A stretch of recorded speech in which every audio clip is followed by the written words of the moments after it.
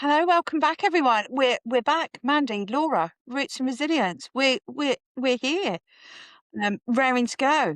Hope you are settled in, doing whatever it is, whether it's your housework, your dog walk, your commute, or lying in the garden with a pina colada in the sun. I mean, we can all have a dream, can't we? Love that dream. It's my favourite And, dream, to be honest. oh, and talking of dreams, topic we're talking about today is bedtimes. See how I did that little segue? It's I like just I'm love that. becoming professional. And I do want to just share with you, I've just got this song in my head and this picture and this image. And for anyone who is probably under the age of 40, it won't make any sense to you whatsoever. So I'm just preparing everybody. Can you remember watching a film called Three Men and a Baby? And they're putting the Yes. baby to sleep and they go, "Good night, sweetheart. It's time to rest." Do-do-ba-do-dum. Yes. I've got that in my Yes. head. So sorry. Nice. I just wanted to share though. Oh, That is thank you for that. not how my bedtimes look in my house. I just want to put that out there as well. No Tom Selleck. No Tom Selleck, no moustaches, Shame, um, shame. no singing, to be fair, because I think I would actually keep my children awake if I started singing to them. Um, When you said dreams, Mandy, the first thing that popped into my head as kind of a child of the 80s and 90s was Gabrielle, of course. I just had that come into my head as well, and I'm Sure, sure there will sure. be many other song references that we can come along and come up with throughout this episode. So I will try and keep my Hmm. singing to a minimum for all of our Same. listeners. Same. It's such an important topic, though, isn't it? Bedtime and Yeah. sleeping. We know, as human beings, how important sleep is for our stress levels, for our growth, for our brain development, and just for living life, really, isn't it? But we also know it's a massive, massive topic when it comes to children, either with trauma or who are neurospicy, or maybe a little bit of both. Maybe they're fitting in both boxes there. Yeah, yeah. It's we were talking before we came on actually, weren't we, about how stressful that time of day is because the Hmm. children are tired, and there's whatever's going on for them going on. But we as parents, we're on the wind down. We've done a full Mm. day of work or childcare or adulting, which is really Hmm. hard, let's be honest. So we're at that point of actually, I don't know how much energy I've got left to do then get involved with the bedtime battle of I'm going to put you back into bed for the 16th time, or I Mm. just know that you're going to kick off as soon as I close that door. Yeah. So I think really what we wanted to do, if I can speak for you for a moment, we wanted to just talk about how difficult bedtimes can be for Yeah. everybody, Yeah. and to just let everyone who listens to this know that you are not on your own. Um, Definitely. it doesn't mean that you have lost the plot. I mean, I have lost the plot, but it doesn't mean that you've lost the plot. It doesn't mean that it's a reflection on your parenting. Um, it just is your children telling you this is a really, really tricky time for them. Um, and we just need to shine a little light of awareness on that while Yeah, singing a lullaby. yeah, definitely. It's not about you. It's not even really about them. It's about their nervous system and how difficult it is for that to be able to settle for them and make sure that that they are at a place where they can, drift off into dreamland and be safe and secure and manage that well. Yeah.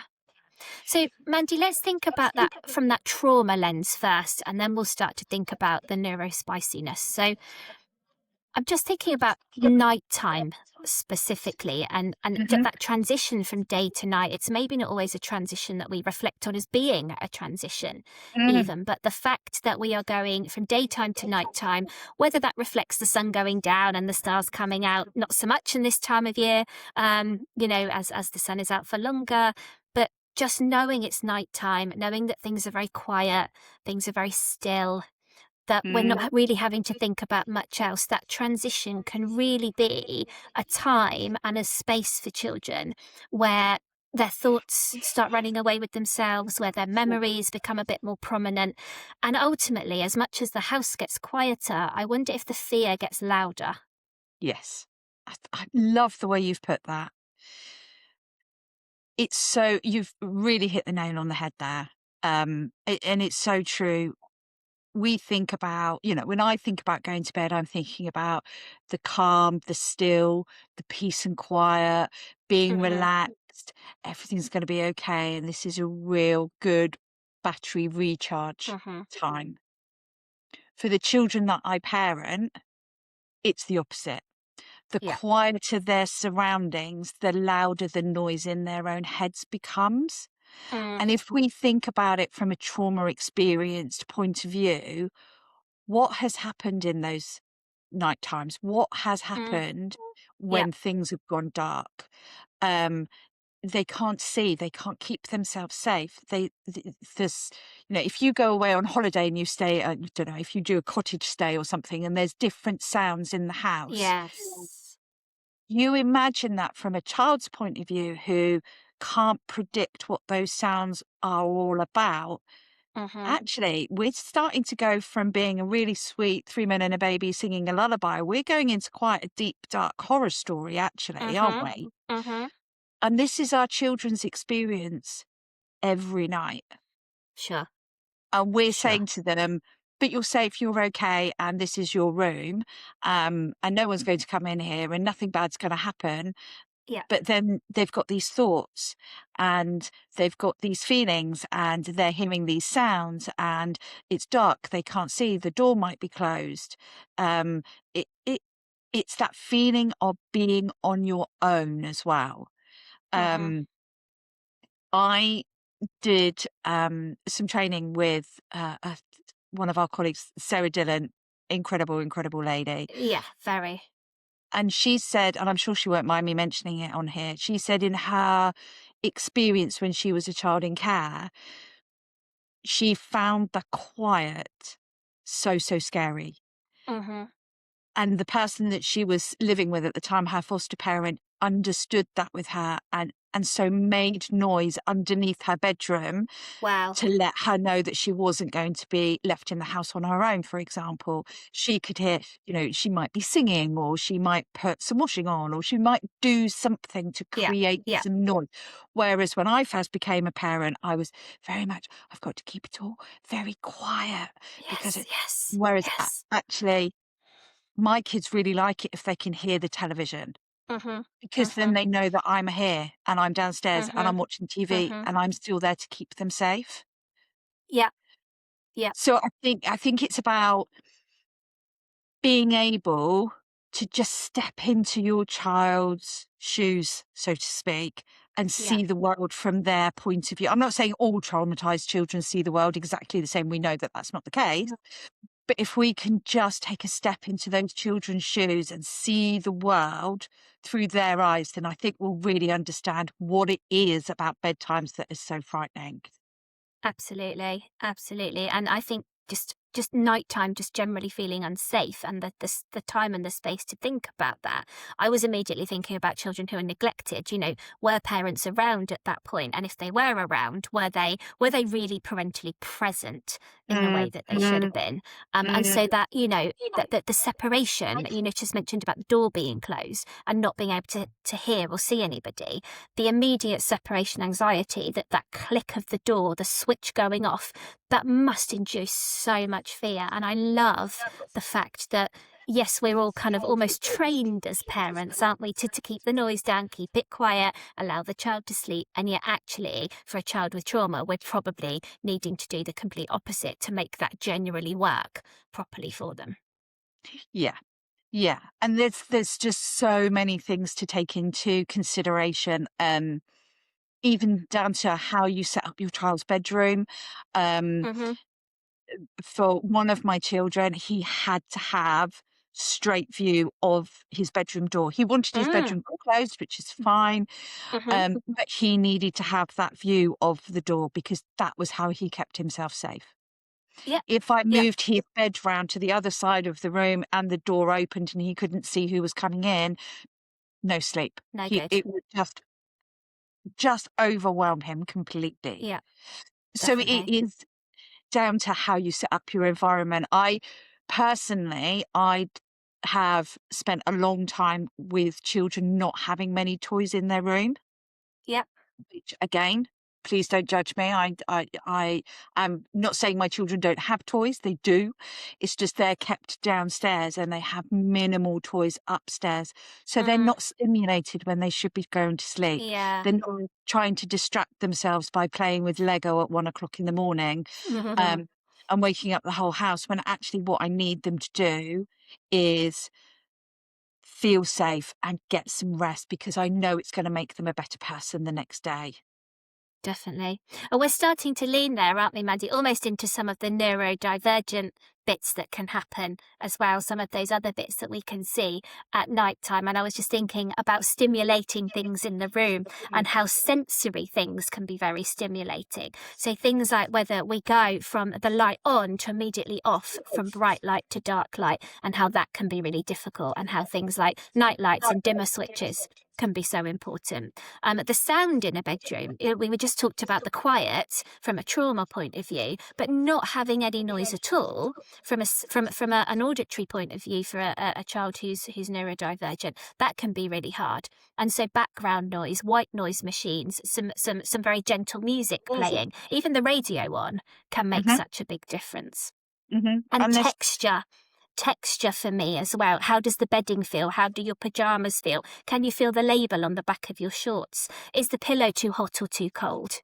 Do you need socks on because your toes feel strange under the duvet? Or, is your teddy bear fluffy enough? Do you need a blanket to help as well? All of these things that just make a bedtime positive or negative. The good, the bad, the ugly that comes with that. Yeah, yeah, and there's so many again, you've covered so many things there. I've done the white Mm, noise machines. I've mm, done storybook, boxes where you get a little card and you put it in the yeah. box and it says a story, and again, it's just enough to take the quiet away until Mm-hmm. that child slowly goes off to sleep. I'm not saying that you should have the noise of the forest blaring out at 3 o'clock in the morning.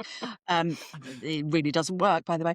Um, but to have it for that half an hour, 45 minutes as they're Sure. slowly drifting off to sleep, it can help Mm-hmm. distract them from that inner voice, those inner thoughts and feelings. Something else that I've done as well is I like what you said about the bright light to darkness. It's a really Mm, extreme. mm-hmm. Twinkly lights around the room. I've done that before. So you've got fairy lights, or I've done. Nice. My son likes dinosaurs, so I had dinosaur lights on for him at one point. Lovely. Um, do they still have it now? No, because again, thinking about Sarah Dillon, she's always talking about meeting that unmet need and it will Yeah. stay unmet until you meet it. Yeah. Sometimes it's just phases and you can go through a phase and you can put something in place and it will really help a child. And then they will naturally, through their development, grow out of it because you've built that block into their emotional wall, Mm-hmm. so to speak. Yeah. Yeah. And I'm sure my bedtimes with my children look very, very different to the bedtimes with your children. Although they're quite similar in age, mine's are just pre-teenage years and you've got teenagers, as we've mentioned before. But even that difference that we will have with our approaches, because your children are securely attached, which is incredible. My children, we're working on that attachment. We're Mm-hmm. working on Mm-hmm. building that environment of feeling safe and being trusted and being that unassailable safe base. So they will look Yeah. totally different. Let's have a think about what some of those kind of behaviours at bedtime look like then, Mandy. A couple of pods ago, we did a quick fire round, and I was going to inflict another one upon you, if that's okay. Okay, Okie I'm dokie. prepared So I'm going to this give time. you Come on. you are prepared. This is good. So I'm going to give you a couple of relatable bedtime behaviours, and I just Hmm. want a quick yes or no, and then maybe we can Okay. explore a couple afterwards. Yeah, So yeah. repeatedly getting out of bed. Yes. Delay tactics. I'm hungry. I forgot something. My foot hurts. Oh, yes. Yes. Needing a parent present as they go to Yes. sleep. Yeah. Waking at night or having some sort of nightmare. Yes. Mm. Wanting to sleep in your room or in your bed, even. No, but that's Okay. because of my personal situation as a foster carer, we are not Of course. allowed to do Of that bedroom course. sharing because of Yes. safeguarding issues. So But do for they want that, to? Have they asked to? um, they will come in. My son in particular, who's not fostered, he will come in when he'd had a bad dream and he would snuggle down on the bed with me. But when he was ready to go back to bed, he would go back to bed. He Sure. wouldn't look to Okay. stay in my room. But again, my personal situation is very different, It's a and I little know bit that. different. Sure. And final one, just thinking about the fact that you have got preteens in the house, late sleep onset. So wanting that natural circadian rhythm has shifted a little bit. They want to stay up later, or the brain wants them to stay up later, which means, of course, they want to wake up later, which we know is a different challenge in itself. Are you starting to see any of that? I have experienced that before. Mm, Um, mm. I know it's supposed to be a quick fire question, but there's I just knew that wouldn't work with you. I just I just can't with that one. I need to use words. Um, so talking about that teenage brain, and I know in Mm, our R&R exchange that we did last episode, yeah. we were talking about teenagers and brain development and adolescence and how it all works. When we're talking about bedtime, I've not personally, and this is just my own personal experience, I have not experienced a teenager who wanted to go to bed later and then would sleep in. Mm, My teenagers that I have had have still carried so much fear about the world that their sleep pattern was based on having 5 hours sleep, 4 hours sleep. And so interesting. they might look for that later bedtime. I want to sit up and I want to watch all the big boy programs with you guys. That's totally understandable. But Hmm. developmentally, they're still in that place where everything is super, super scary. So he would still be awake at 6:30. He could go to sleep at gone midnight, go up to bed sort of 10, half 10, go to sleep by sort of midnight because it took him that long to slowly drift off. Mm, He'd be up at 6:30 the next morning, 7 o'clock the next wow. morning. So I think we need to be aware that, yes, stereotypically adolescent children want to go Hmm. to bed later and they want to Hmm. sleep in longer, and normal adolescent children will have those difference in sleeping patterns as they change, their body changes, their brains are Yeah. changing. Yeah. But that's not necessarily the case with traumatized children. Good point. Good point. And I'm sure other people will be recognizing that. So just thinking about responses to that, Mandy, because as we Mhm. said earlier, this is a time of day where everybody needs to start leaning into rest. Everybody needs to be winding down, whether you're putting your children to bed at 7, at 9, at 10, whatever that might be. There's a thing, isn't there? I think I certainly spotted it when my children were babies. Is we'd try and get them settled by 7 o'clock. We'd have them down. They'd have had their milk, etc., etc. And it's almost like a part of your parenting brain can switch off. Yeah. It's almost like when you've closed their bedroom door, or you've put their nightlight on, or whatever it is. Half of your parenting brain can switch off. I mean, there's still a little bit there, obviously, because they're still present. They might cry out. They might need you, particularly with babies if they're teething and things like that. Mhm. But there's a bit of your brain that switches off that as you walk down those stairs or down your corridor or wherever it might be, you just kind of feel the shift. Whether it's Mhm. I've done that bit for the day. You're probably still cleaning up like a mad person. You've probably still got Lego or toys or, remnants of dinner around the kitchen and things like this. So you've not finished, but there's a bit of your brain that just goes, they're done. Mm. And yet when you've got a child who is struggling with bedtime, and struggling with staying asleep, that part of your brain doesn't really get to switch off. And I'm just thinking about some of those real common pitfalls that as parents who desperately need that rest, desperately need to have their own R&R, not the roots and resilience, but their rest and recuperation, that desperately need that bit. You're going to fall into some pitfalls. And this isn't about pointing the finger or apportioning blame. It's recognizing that we've all been there and we've all done that. And I wonder if we lean into sometimes wanting to try and find the control. So saying things like, Mhm. oh, just go to bed. Just go to bed, Mm. and not recognizing the therapeutic skills that you have, because actually you're too exhausted to remember that they're there. Yeah, it's really interesting that use of the word control because actually, now you've Mm, said it, it kind of is like, for God's sake, this is my time. Why are you yeah, interfering with my time when I yeah. can just sit on the sofa and watch my rubbish TV? And yet you keep coming in and out. How Here's your face annoying. again. Yeah, Yeah. I And I can want to see. control that bit so that that part of my brain can switch off. Yeah, And so yeah, then, rather than being consistent and predictable, is this the time of day for therapeutic parents where they do start to become inconsistent? Their responses are a little bit less therapeutic, a little bit less empathic. And I'm not saying that's the same for everyone, but if there's ever a point in the day and repeatedly in across a week or a month maybe, or just a mm, difficult phase that we're having, is this where we're so exhausted that actually we start to then respond from our lower brain and our stress brain yeah. rather than our therapeutic brain? I really like the connection between, as a parent, me wanting to have control over that bedtime Mm, whilst my batteries are running low. So I've gone back to mm, my default setting. I'm the mhm, adult, you're the child, I'm in charge, mhm. you know, to reflect to another film, Matilda, I'm big, you're small, there's nothing you can do about it. Great Um, quote. we do slip into that. And I think that that's it's okay to have those feelings, and it's okay to say, "Yes, Yeah. actually, that is me, and I Yes. have done that," because I have done that. Yeah. Does that mean that I'm a control freak? Well, my husband would probably say yes, but in Let's not general, go there. let's not go there, that's a whole different thing.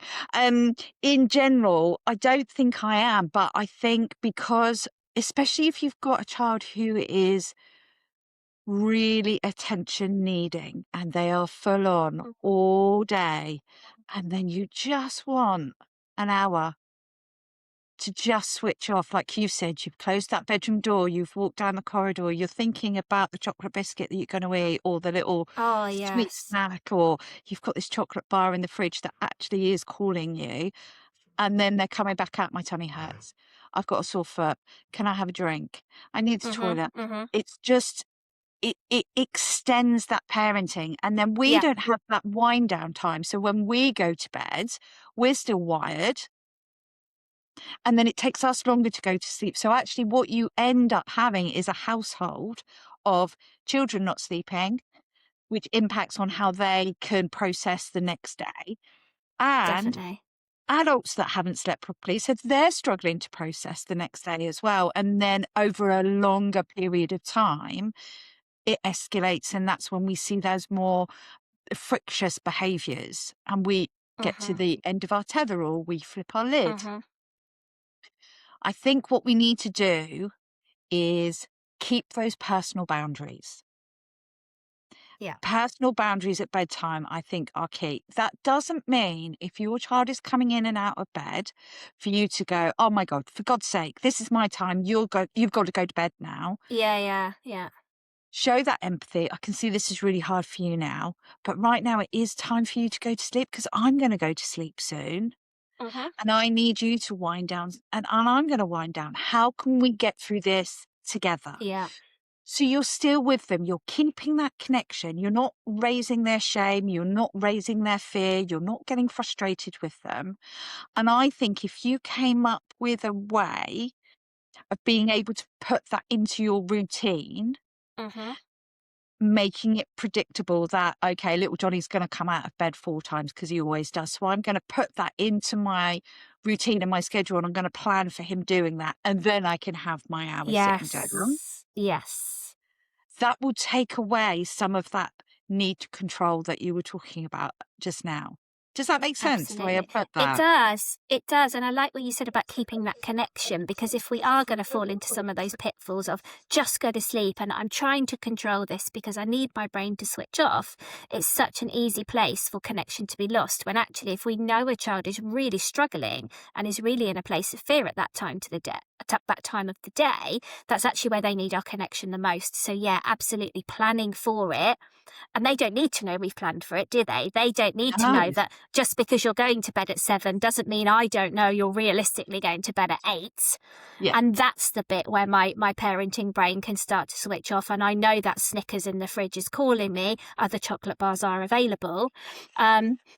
Yeah, I absolutely think that plan. So I think that there's kind of two bits there for me, Mandie, because I was just going to start to say to you, what can we start to do to support with this? Is not only do we have these predictable, consistent routines for the child that they're aware of, using our visual timetable, using sensory ways, so we do start to dim those lights. We do start to put on that floaty, tinkly music or the background noise. We've obviously, changed into our pajamas. We've got our teddy ready.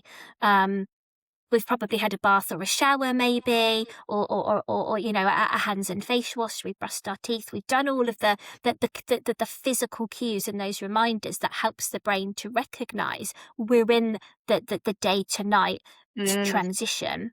mm. We've got all of those bits that we continue to hold boundaries with, but we've also got our own secret routine, and our own secret predictable bit is actually, I know that he's going to come out, like you said, at least another 4 times. I know that I need to be prepared. I know that my brain can't do that bit, and my Snickers will have to wait until at least 8 Mm, o'clock. So I mm, think it is about managing expectations, isn't it? Just because we've mm. said 7, we know 7 is not 7. We know 7 is really 8.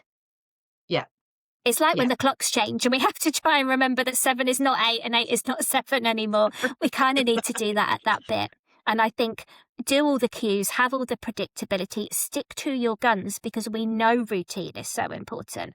But Mm. also know that you've kind of got your secret routine and your secret schedule in the background. I think that's key. A- Another key thing, if I can share with you as well, and it Mm, really does depend on your child. And our listeners, they are the experts on their children. I'm not mm, saying this is how I do it, so this is how it should be done. I think it's about having those outside of the box thinkings and taking ideas and strategies that other people use from that therapeutic parenting background, and seeing what works for your child and what doesn't. But I start my bedtime routine about 5 o'clock, which may be like, oh my God, that's like the middle of the afternoon for some people. But my children, they have a shower, they have electronics time, we have dinner. Then after dinner, they go and brush their teeth, and then they have just sitting and watching the television. Now, hmm. this works for me rather than having that communal sitting down together watching the television and then getting up to do showers or brushing teeth. That Sure, that makes sense. activity, when we've gone from being really calm and relaxed, it wakes us back up again. And so Mm, what we're actually doing is we're then trying to get a child who's been stimulated by activity of brushing teeth, having a shower, doing whatever, to then go, right, now you got to go and lie in bed and you need to close your eyes and you need to go to sleep within the next 20 minutes. Go. But go. realistically, Mm, that's not going to happen. So that's why I do things slightly differently. My children are 12, and it's a new thing actually that I've just recently started doing for some reason. I always used to do bedtime reading with my children when uh-huh. they were younger. I would read Mm, to them. When they couldn't read, I would read to them. And then of we'd course. have the same book would be the last book I would read to them. This is another top tip. Uh, Mm, And then when they woke in the night with a nightmare, I would go in, I would soothe them, or they would come to me, we would soothe, they would be regulated, go back to bed. And then I would read the same last book again to them, because it triggers in their brain that that's time to settle and relax and go to sleep. So it's not mm, overstimulating them.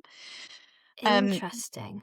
but with my children now, I again, if you're under the age of 40, it will not mean anything to you. But I've just bought the book of The Princess Bride, which was a film in the 80s. It's very funny. And I've just been reading the book to my children. So at 7:30, TV time is over. We go upstairs. We sit on my bed. I sit in the middle. I've got one child either side, and I read to them for half an hour. and then they go to their rooms and they read to themselves. And then we go in and we turn their lights off and Hmm. spray lavender spray and Lavender, yeah. so on, and open windows and put blackout blinds down and do all that jazz. But for me, I've seen a difference with spending that connecting time together. I'm not saying you should go and read a book to your children or that you need to read The Princess Bride. But what I'm saying is having that non-screen based, non-technology time together Hmm. really connects. And it's kind of solidified that fact that I'm there. They are going to bed, but they're okay because they're safe and I'm here and everything's going to be okay. So it's that subliminal message that I'm Mm. sending just by doing a little activity. Does that make sense? It really does. It sounds brilliant, actually. Yeah, I really like it. I was just thinking as well about whether you've had to kind of back that up with anything, Mandy. Do you then have to, for anybody who's struggled, whether it's your current children or children that you've parented in the past, have you had to do a I'll come back and check on you in 5 minutes so that they know you're still there, that you know you've still got their back? Yeah. Have you done things like transitional objects where maybe they've slept with your t-shirt or cardi or a Yeah. teddy that you've loaded up with kisses and cuddles? Yeah. Yeah, all Um, of those things. Yeah. all of those things. I used to put a teddy on one of my children. She had a big teddy bear and I used to take my t-shirt off and I used to put it on her teddy and she used to have a new t-shirt that I'd worn like for a day. So it Hmm. had my scent. I'm not saying that Sure. I gave her my stinky, sweaty gym t-shirt, but Nice. um a t-shirt that I'd worn, so it had my scent on it, and then I'd put it onto her teddy, and then she would have that in bed with her, and we would change it every week when she changed her sheets. Um, I had another child who wanted to have a picture of us as a family right next to his Mm, bed, so that if he did lovely. wake in the night, he could look at it, and it would just calm. We'd still do teddy bears. Even with my 16, now 17-year-old, before he moved out, we were still doing teddy bears with him every night. And the teddy bear has a story that we tell them about how the teddy, when they're having a bad dream, the teddy can come into their dreams. They just cuddle the teddy, and the teddy can come into their Lovely. dreams and it can fight all the bad guys. So it's really about building on those narratives to constantly be reinforcing the story of you're okay, you're safe, we've got you. Nothing bad's going to happen during the night. You're going to be all right. I've also known people who have had to stay with their children and then gradually over a long time, the children, you've had to sit right by their bed Yeah. until the child goes to sleep, and then you can move a little bit away the next night. And then, a few nights later, you're by the door until they fall asleep. And then you can go outside of the door and then it's the top of the step. And it's just really gradual, step by step. I am here. I haven't forgotten you, but build that into that routine that you have in the evening. So you're not sat there feeling really frustrated. Yeah, absolutely. Good stuff. Some great tips there. Great tips there. I think we've covered loads for sleep and bedtimes today. And hopefully our listeners have found it helpful. Um, there's just one more thing that I wanted to raise. We did, we did a bedtimes topical discussion for the Centre of Excellence together. And Hmm. I don't know if you remember this, but you said about a top tip was giving your child a drink or a banana before bed. And my face was like, Yes. oh, Laura, you don't give children food before bed? And you just looked at me and went, Mandy doesn't agree with me. I can remember this very, very clearly. My face must have written 1,000 words at that time. Brilliant. Um, Brilliant.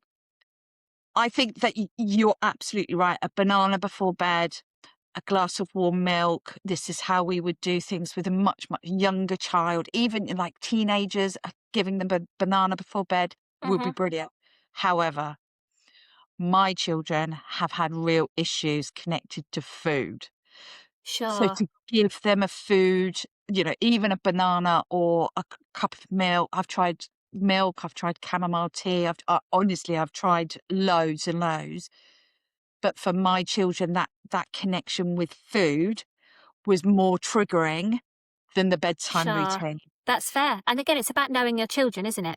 Absolutely. You're the So I was expert. gonna You're the say, expert, so you will know. Yeah. it was such a good tip from you, and I totally and utterly rained on your parade, with the reaction on my face. However, there was a good reason for it. I think that's fair. I think that's fair. And I think, for some children, it will work really well. I think the advice I was given from a foster parent I worked with years ago, she'd done her own research for the boys that she was parenting at this point, again, with food issues. And again, food issues we know will be so varied and so vast across all children. Even siblings from the same household will experience food issues very differently. But she had done research, and it was something like a good quality organic peanut butter on a slice of wholemeal toast with a banana. Please don't ask me to quote the science, because that's not what my brain does. But something about the combination of those foods helps with melatonin. Yeah. And she found that, firstly, giving them a little bit of extra food, which wasn't a massive amount of calories and wasn't overly unhealthy, really helped in terms of them knowing they were going to be fed, particularly at night time. Mm. And also in terms of being kind of a full tummy before they went to bed, did all the other usual bedtime routines and rituals. She had really quick and positive success with that. But Mm. again, she knew her children. She'd gotten to know them well. She'd understood their history. She was so trauma informed and so naturally therapeutic that this was a bit of an icing on the cake situation for her. But absolutely, I totally get it, Mandie. For your children, probably blew things out the water. You probably hated me as you were putting those banana skins in the bin, and that's fine. I will own that. I will buy you lunch. I apologise. I just feel that it's important that, like I said earlier, just because it may work for my children or in my Hmm. household or for my family, that doesn't mean that that's the only way you can do it. There are so many Sure. different things that you can look at. And I think that we could spend 4 hours on this topic and we would still be coming up with new ideas. Mm. If any of the listeners have specific bedtime problems that they would like to get a little bit more information about, or if they feel that we haven't covered something that works really well for them. We don't know everything. I mean, Laura obviously knows everything, but Oh, I I wouldn't go don't that know it. far. So share your ideas with us. Go onto our Facebook page, put a post up. Let's create a bit of a Roots and Resilience community. We really, really want you Mm. to engage with us because we haven't experienced everything. We don't know everything. The books will tell you so much. My experience with my children will only tell me so much. We really, really need you guys to help broaden our knowledge Hmm. and really help develop all the support that we're trying to offer here. Definitely, definitely. And I think that brings us to a lovely close for the day, doesn't it? Do you know what? Thinking about bedtime and sleep, I'm exhausted. I think I need a nana nap for the afternoon. So, So before you go and have your little nap with your yeah, little teddy and your weighted blanket, yes. um, what's your takeaway top tip from today? What are you going to take away from today? Good point. Good point. I think for me, the key bit was kind of your backup plan. So your backup routine for yourself. So having your children's bedtime routine, making sure that you're consistent with that you're recognizing any sensory needs, any trauma needs, responding specifically to them, but knowing that your parenting brain is probably not going to switch off for a little bit longer. They might think you're switching off, but you know that you're not. So really managing that expectation.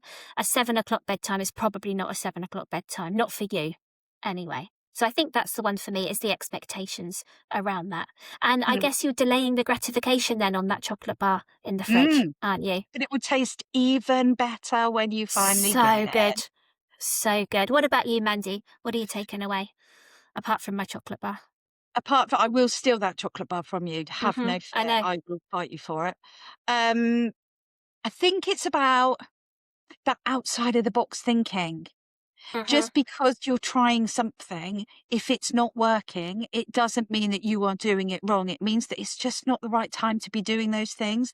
Try Yeah. something different. I know we're always talking about being predictable and consistent, and trying new things means that we're not being as predictable and consistent as we want to be. But if it's not working, it's Hmm. not going to work. Try Hmm. something new. if you have an older child, talk to them, ask them, I can see you're really struggling at bedtimes. What can I do to make this a more positive experience for you? What do you need from me to try and help you with this? Get that communication going. I think, yeah, that's what it's about, keeping that relationship, that connection, Yeah. and being kind to yourself, as always. Always, always, always. Awesome. Thank you for listening today, everyone. If you are loving the podcast, obviously you are, but please do like, follow, subscribe on wherever you get your pods, whether that's Spotify, Amazon Music, or Apple Music. Please do follow us on LinkedIn and on Facebook. And if there's anything that you'd like to ask us or anything you'd like us to cover in future episodes, we are rootsresilience@outlook.com. But thank you for listening to this episode, and we will see you soon. Take care. Bye-bye. Thank you so much. Cheers, everyone.